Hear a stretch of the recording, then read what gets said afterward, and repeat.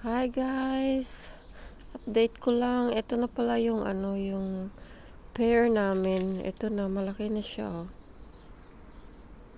Malaki na yung bunga ng pear. Dati pa lang, parang butil ng almond. Ayan. Mga siguro next month pwede na to pwede na to ma-harvest.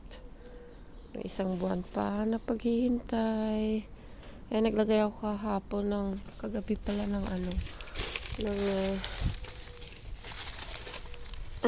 tubig yan sa bottle. Kasi, minsan, nakakalimutan ko guys maglagay magdilig. Kasi medyo nasa, siya nasa,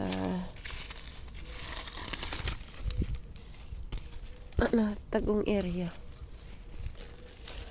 Ito naman yung pusa ko, panay naman sunod ng sunod. Ayan po siya guys.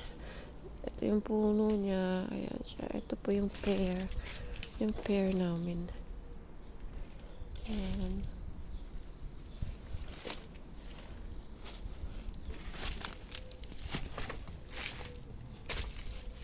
Ayan guys.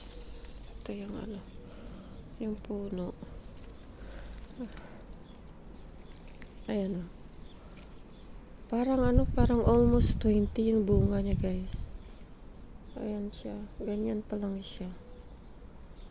Ayan.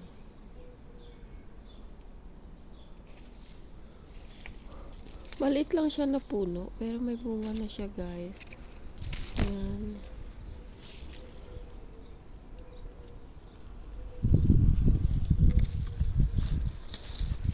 Ito yung yung puno.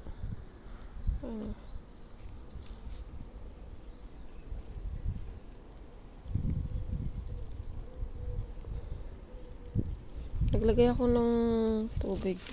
Yan ito, matagas yung to. Ito na. Tulo-tulo lang yung tubig niya. Kasi grabe yung init dito guys sa sa Portugal guys. Kaya talaga tawag nito. Grabe yung Ayan. So, ito yung yung bunga niya. Ayan o. Ayan yung bunga niya guys. Mahangin ngayon. Kagabi malamig-lamig yung hangin guys. Ayan pa guys oh, yung niya, yung bunga niyang iba. Parang apat-apat yung bawat niya eh. 4, 2, 1, 3, ganun. Parang lang siya guys, almost 20 yata o more than 20. Hindi ko nabilang kung ilan lahat. At least nung una kasing nagkaroon ng bunga siya guys, hindi lumaki yung bunga kasi nga ulan, init, parang nagkasakit siya kaya ito, hindi ko alam kung na to eh, magfa 5 years na to sa amin. Yung binili ng asawa ko. Parang lang siya guys, tawag nito, parang lang siya, ni-replant lang siya nila. Parang markot guys.